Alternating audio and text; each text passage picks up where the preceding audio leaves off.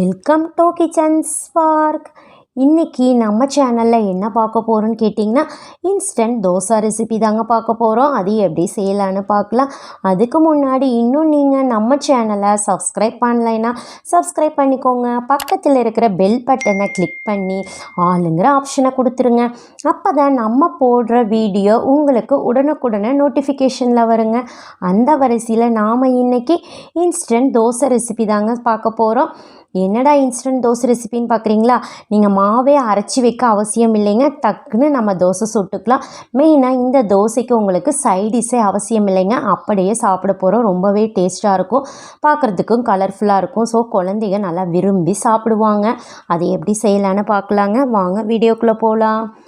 பாருங்கள், இந்த மாதிரி நான் ஒரு உருளைக்கிழங்கு எடுத்து வச்சுருக்குறோம்.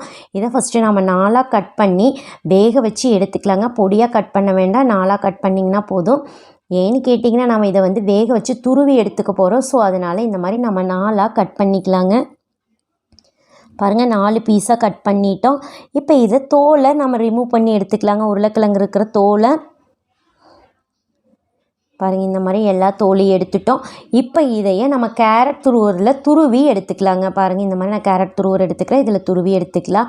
ஏன் மேஷ் பண்ணக்கூடாதா அப்படின்னு கூட நினைப்பீங்க. மேஷ் பண்ணால் உங்களுக்கு இவ்வளோ நல்லா உங்களுக்கு மாவு பதமாட்ட கிடைக்காது. உருளைக்கிழங்கு கட்டி கட்டியாக இருக்கும். ஸோ அதனால் இந்த மாதிரி நம்ம சீவி எடுத்துக்கிறோம். எல்லாத்தையும் சீவி எடுத்துக்கலாம்.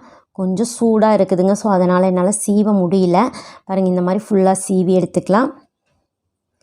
ஃபுல்லாகவே சீவியாச்சுங்க. இப்போ என்னென்னு கேட்டிங்கன்னா, பாருங்கள், மாவு மாதிரியே இருக்குது உங்களுக்கு. ஸோ தோசைக்கு நம்ம மாவில் கரைக்கல நல்லா உங்களுக்கு வந்துடும். இப்போ நாம் இந்த மாதிரி ஒரு பவுல் எடுத்துகிட்டு இந்த உரிச்சு வச்சு இந்த சீவி வச்சோமில்லங்க உருளைக்கிழங்கு, அதை இதில் ஆட் பண்ணிக்கலாம். நெக்ஸ்ட்டு பார்த்திங்கன்னா, ஒரு 1/4 டீஸ்பூன் அளவு மஞ்சத்தூள் எடுத்துருக்குறோம். அப்புறம் ஒரு பெரிய வெங்காயம் பாருங்கள், இந்த மாதிரி பொடியாக கட் பண்ணி வச்சுருக்குறோம். அதையும் இதில் ஆட் பண்ணிக்கலாம். நெக்ஸ்ட் என்னென்னு கேட்டிங்கன்னா, கொத்தமல்லி இலை கொஞ்சமாக பொடியாக கட் பண்ணி வச்சுருக்குறோம். அதையும் இதில் நம்ம ஆட் பண்ணிக்கலாம். நெக்ஸ்ட்டு நம்ம சமையலுக்கு யூஸ் பண்ணுறோம் இல்லைங்க ஆயிலு, அதை 1 டீஸ்பூன் அளவு எடுத்துருக்குறோம். அதையும் இதில் ஆட் பண்ணிக்கலாம்.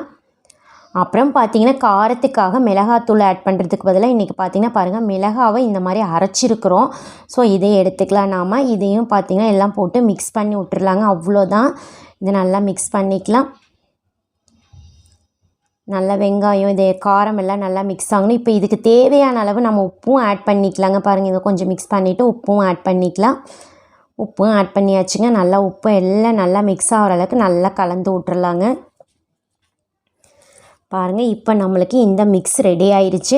இதில் நெக்ஸ்ட்டு நாம் என்ன கலக்க போகிறோன்னு கேட்டிங்கன்னா, நான் மைதா மாவு 1 கப் எடுத்துருக்குறேங்க. அதை தான் நம்ம இதில் ஆட் பண்ண போகிறோம். நீங்கள் மைதா மாவு வேண்டாம் அப்படின்னு நினச்சிங்கன்னா கோதுமை மாவு கூட எடுத்துக்கலாங்க. அதுவும் நல்லாயிருக்கும் உங்களுக்கு. பாருங்கள், இந்த மாதிரி நான் 1 கப் மைதா மாவு எடுத்துருக்கேன். இப்போ இதை மிக்ஸ் பண்ண போகிறோம். இதுக்கு தேவையான அளவு நம்ம தண்ணி எடுத்துக்கலாங்க. ஃபஸ்ட்டு ஒரு 3/4 கப்பு எடுத்துக்கிறேன் நான். இதுக்கு நல்லா கலந்து விட்டுறலாங்க. முதல்ல இந்த உருளைக்கிழங்கு இந்த மைதா மாவு நல்லா மிக்ஸ் ஆகட்டும். பாருங்கள், இந்த மாதிரி நல்லா மிக்ஸ் பண்ணி விட்டுறலாம். கொஞ்சம் நல்லா மிக்ஸ் ஆனதுக்கப்புறம் நம்ம தண்ணி ஆட் பண்ணிக்கலாங்க. பாருங்கள், நல்லா மிக்ஸ் ஆயிடுச்சு எல்லாமே. இப்போ மறுபடியும் ஒரு 3/4 கப் அளவுக்கு நம்ம தண்ணி எடுத்துக்கலாங்க. இதில் எவ்வளோ தண்ணி அளவில்லை உங்களுக்கு. தோசை ஊற்றுறதுக்கு நம்ம எவ்வளோ கண்டென்ஸ், அதாவது எவ்வளோ மிக்ஸ் பண்ணால் தோசை நல்லா வரும் அப்படின்னு உங்களுக்கு தெரியும். ஸோ அந்த அளவுக்கு நம்ம தண்ணி எடுத்துப்போம். பாருங்கள், இந்த மாதிரி ஃபுல்லாக நல்லா கரைச்சாச்சு. பாருங்கள், இந்த தோசை ஊற்றுற பதம், இந்த பதம் வந்தால் போதுங்க. தண்ணி இந்த அளவு எடுத்துக்கிட்டிங்கன்னா ஓகே. இப்போ பார்த்தீங்கன்னா நம்மளுக்கு மாவு ரெடி ஆயிடுச்சுங்க. நெக்ஸ்ட் என்ன பண்ண போகிறோம், நம்ம தோசை தான் சுட போகிறோம். வாங்க எப்படி தோசை சுடலான்னு பார்த்துடலாம். இந்த மாதிரி நான் இன்றைக்கி இரும்பு கடாய் எடுத்துருக்கேங்க. பாருங்கள், கடாய் நல்லா காஞ்சிருச்சு. இப்போ நான் எப்போ தோசை ஊற்றுறோம்லங்க அதே மாதிரி தான் நம்ம ஊற்றிக்க போகிறோம். பாருங்கள், இந்த மாதிரி தோசை ஊற்றிட்டு மேலே கொஞ்சம் நம்ம ஆயிலும் போட்டுக்கலாங்க. அடுப்பு ரொம்ப ஹை ஃப்ளேமில் வச்சுக்க வேண்டாங்க. ஏன்னு கேட்டிங்கன்னா, நீங்கள் ரொம்ப அடியில் கருகிரும். பாருங்கள், நான் ஆயில் போட்டுட்டேன்.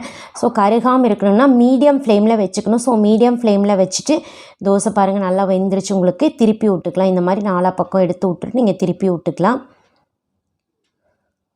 பாருங்கள், இந்த மாதிரி திருப்பி விட்டுக்கலாம். ரொம்ப சூப்பராகவே வந்துருச்சுங்க. நல்லா வாசனையாகவும் இருக்குது தோசை உங்களுக்கு. நல்லா கலராகவும் இருக்குது பாருங்கள் தோசை. 1 தடவை 2 தடவை நீங்கள் இந்த மாதிரி மாறி மாறி திருப்பி போட்டுக்கோங்க. ஒரு 4-5 டைம் திருப்பி போட்டால் தான் உங்களுக்கு வேகும். ஆனால் அடுப்பு மீடியம் ஃப்ளேம்லேயே இருக்கட்டுங்க. கொஞ்சம் மெதுவாகவே வேகட்டும்.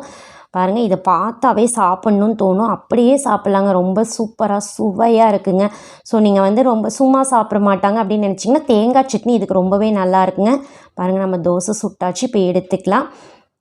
இருக்கிற மாவில் இதே மாதிரி தாங்க நம்ம சுட்டு எடுத்துக்க போகிறோம். பாருங்கள், ரொம்ப சூப்பராக நல்லா கலர்ஃபுல்லாக தோசை ரெடி ஆயிடுச்சு நம்மளுக்கு. பாருங்கள், இந்த மாதிரி தோசை நம்ம எல்லா தோசையும் சுட்டாச்சுங்க. நீங்கள் வந்து இதுக்கு தேவைப்பட்டால் தேங்காய் சட்னி அரைச்சிக்கலாங்க, இல்லை சைடிஸே அவசியம் இல்லைங்க. ஸோ ரொம்ப சிம்பிளுங்க. 10 நிமிஷத்தில் நம்ம இன்ஸ்டண்ட்டாக தோசை ரெடி பண்ணிடலாம். குழந்தைகள்லாம் பார்த்திங்கன்னா விரும்பி சாப்பிடுவாங்க. எங்கள் வீட்டில் இந்த தோசை ரொம்ப குழந்தைங்க விரும்பி சாப்பிடுவாங்க. ஸோ நீங்களும் இந்த மாதிரி ட்ரை பண்ணி பாருங்கள். இந்த வீடியோ பிடிச்சிருந்ததுன்னா உங்கள் ஃப்ரெண்ட்ஸுக்கெல்லாம் ஷேர் பண்ணுங்கள், லைக் பண்ணுங்கள். மறக்காமல் கிச்சன் ஸ்போக் சேனலுக்கும் சப்ஸ்கிரைப் பண்ணுங்கள். Thanks for watching.